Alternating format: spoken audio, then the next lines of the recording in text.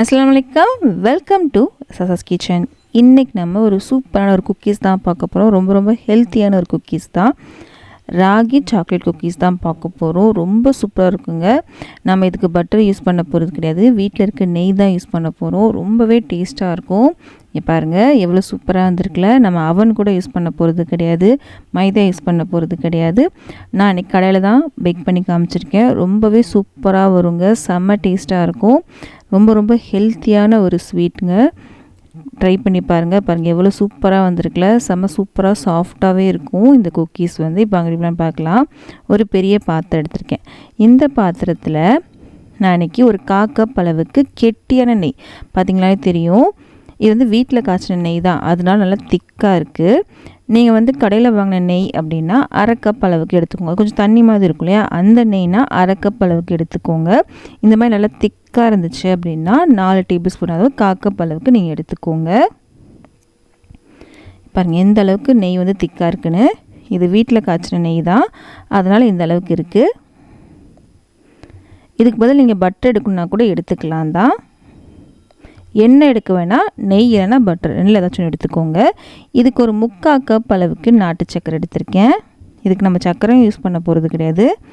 இப்போது இதை வச்சு நல்லா கலந்து விடுங்க. கலர் வந்து நல்லா சேஞ்ச் ஆகணும், அது வரைக்கும் நல்லா பீட் பண்ணுங்கள். இந்த மாதிரி இது கொஞ்சம் டைம் எடுக்கும் தான், ஒரு 5லேருந்து ஒரு 6 நிமிஷம் ஆகும் கலந்து விடுறதுக்கு.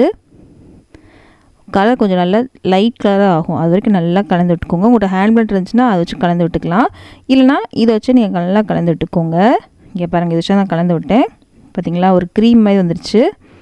இந்த மாதிரி வரணும், இந்த மாதிரி வரைக்கும் நல்லா கலந்து விட்டுக்கோங்க. இப்போது இதில் நம்ம சேர்க்க வேண்டிய பொருட்கள்லாம் சேர்க்கலாம். இதில் 1 கப் அளவுக்கு ராகி மாவு, 1/4 கப் அளவுக்கு கோதுமை மாவு எடுத்திருக்கேன். இது பைண்டிங்காக தான் நம்ம கோதுமை மாவு சேர்க்குறோம். நம்ம சாக்லேட் ஃப்ளேவர் பண்ண போகிறோம். குழந்தைகளுக்கு சாக்லேட் ஃப்ளேவர்லாம் ரொம்ப பிடிக்கும் இல்லையா, அதுக்காக தான் நான் இன்றைக்கி 1.5 டேபிள் ஸ்பூன் அளவுக்கு கொக்கோ பவுடர் எடுத்திருக்கேன்.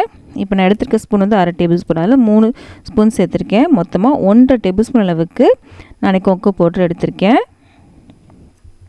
இது கூட ஒரு 1/2 டேபிள் ஸ்பூன் அளவுக்கு வெண்ணிலா எசன்ஸ், 1/4 டேபிள் ஸ்பூன் அளவுக்கு பேக்கிங் பவுடர். இதுக்கு நம்ம பால் எதுவுமே யூஸ் பண்ண போகிறது கிடையாது. நான் ஃபஸ்ட்டே நல்லா பீட் பண்ணிட்டோம் இல்லையா, அதனால இந்த மாதிரி நல்லா கலந்து விட்டாவே எல்லாமே சேர்ந்து வந்துடும். உங்களுக்கு பாருங்கள், நான் கட் பண்ணாமல் ஃபுல்லாகவே உங்களுக்கு காமிச்சிருக்கேன். தேவைப்பட்டால் பால் சேர்த்துக்கலாம். நான் சொன்ன அளவு எடுத்திங்கன்னா உங்களுக்கு பால் எதுவுமே தேவைப்படாது. எல்லாம் சேர்ந்து வந்தால் மட்டும் போதும். பார்த்திங்களா, எல்லாமே நமக்கு சேர்ந்து வந்துடுச்சு.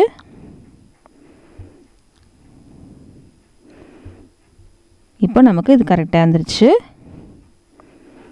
இதை நம்ம ஷேப் பண்ண போகிறோம். இந்த மாதிரி சின்ன சின்ன உருண்டைகளாக எடுத்து நம்ம ரவுண்ட் பண்ணிக்கலாம். உங்கள்கிட்ட குக்கி கட் இருந்துச்சுன்னா அதை வச்சு கூட நீங்கள் கட் பண்ணிக்கலாம். நம்ம வீட்டில் எல்லார் வீட்லேயும் குக்கி கட் இருக்குன்னு சொல்ல முடியாது. இந்த மாதிரி செஞ்சு நம்ம தட்டில் வந்து அரேஞ்ச் பண்ணியிருக்கேன். இந்த தட்டில் வந்து கொஞ்சமாக நெய் தடவிருக்கேன் எல்லா பக்கமும். இப்படி தட்டில் வந்து அரேஞ்ச் பண்ணிக்கலாம். ஒன்றோட ஒட்டாமல் பார்த்துக்கோங்க. நம்ம பேக்கிங் பவுடர் போட்டிருக்கோம் இல்லையா, இது வந்து டபுள் சைஸ் ஆகும், கொஞ்சம் பெருசாகும், அதுக்காக தான் நான் சொல்லியிருக்கேன். இப்போது இதில் டிசைன் பண்ண போகிறோம். நீங்கள் கத்தி வச்சு பண்ணாலும் ஓகே தான், நான் இன்றைக்கி ஸ்கியூர் வச்சு பண்ணுறேன். இல்லை இந்த டிசைன் பண்ணாமல் அப்படியே விட்டாலும் ஓகே தான். இது மேலே நீங்கள் நட்ஸ் வைக்கணுன்னா கூட வைக்கலாம். இந்த மாதிரி டிசைன் பண்ணி வச்சுருக்கேன். இதை நம்ம பேக் பண்ண போகிறோம். நீங்கள் அவனில் பேக் பண்ணாலும் பேக் பண்ணலாம், நான் அவனில் பேக் பண்ணலைங்க, இரும்பு பாத்திரத்தில் தான் பேக் பண்ண போகிறேன். அடுப்பில் வச்சுருக்கேன். இது தூக்கி வைக்கிறதுக்காக ஒரு ஸ்டாண்டும் வச்சுருக்கேன். இது மூடி போட்டு மூடிடலாம். இப்போ அடுப்பு வந்து ஃபுல்லாக இருக்குது. ஒரு 5 நிமிஷம் வரைக்கும் நல்லா சூடாகட்டும். இரும்பு பாத்திரத்தில் நீங்கள் பேக் பண்ணிங்க அப்படின்னா டக்குன்னு பேக் ஆகிருங்க. இப்போ அது நல்லாவே சூடாக இருக்குது. இப்போ அடுப்பு சிம் பண்ணிட்டேன். நம்ம செஞ்ச தட்டை உள்ளே வச்சிடலாம்.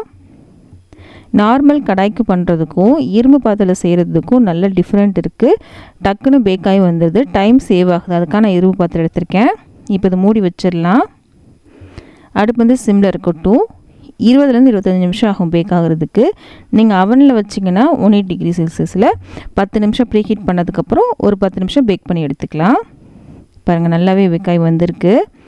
இப்போ இது நல்லா சூடாக இருக்கும். தட்டை மட்டும் தனியாக எடுத்து வச்சிடலாம். இது ஆறினதுக்கப்புறம் நீங்கள் ஏர்டைட் பாக்ஸில் போட்டு வச்சுக்கலாம். ரொம்பவே சூப்பராக இருக்குங்க. இப்போ இது நல்லாவே ஆறிடுச்சு.